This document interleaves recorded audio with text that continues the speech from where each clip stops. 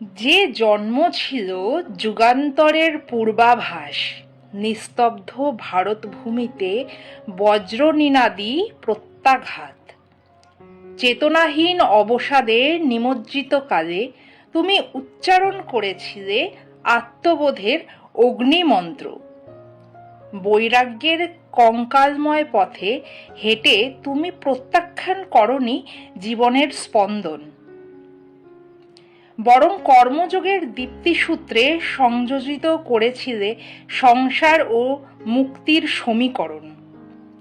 হিমালয়ের তপবনে ব্রহ্মানুসন্ধান আর নগ্ন ক্ষুধার্ত জনপদে নারায়ণ দর্শন। তোমার বেদান্ত ছিল না গ্রন্থ নির্ভর বিমূর্ততা, তা ছিল জীবন্ত মানবতাবাদী অনুশাসন। তুমি জানাতে চেয়েছিলে দুর্বলতা অধর্ম, ভীরুতা আত্মঘাতী অবক্ষয়ের নামান্তর, শক্তি মুক্তি সাহসী সাধনা, এই ছিল তোমার চেতনা শাস্ত্রের মূল মন্ত্র।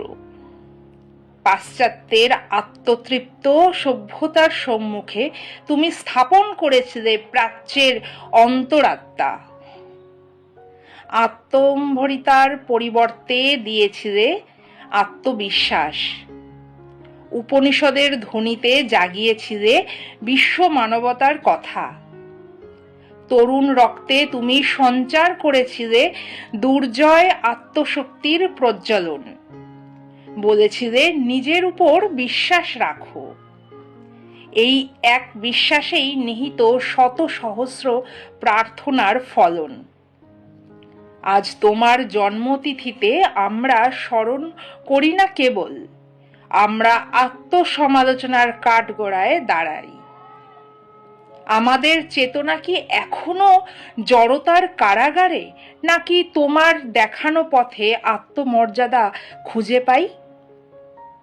যতদিন সমাজে থাকবে দাসত্বের মানসিক শৃঙ্খল, যতদিন মানুষ নিজেকে ক্ষুদ্র ভাববে, ভীত হবে, ততদিন বিবেকানন্দ তুমি অতীত নও, তুমি চিরবর্তমান চেতনা, অনিবার্য প্রাসঙ্গিকতা।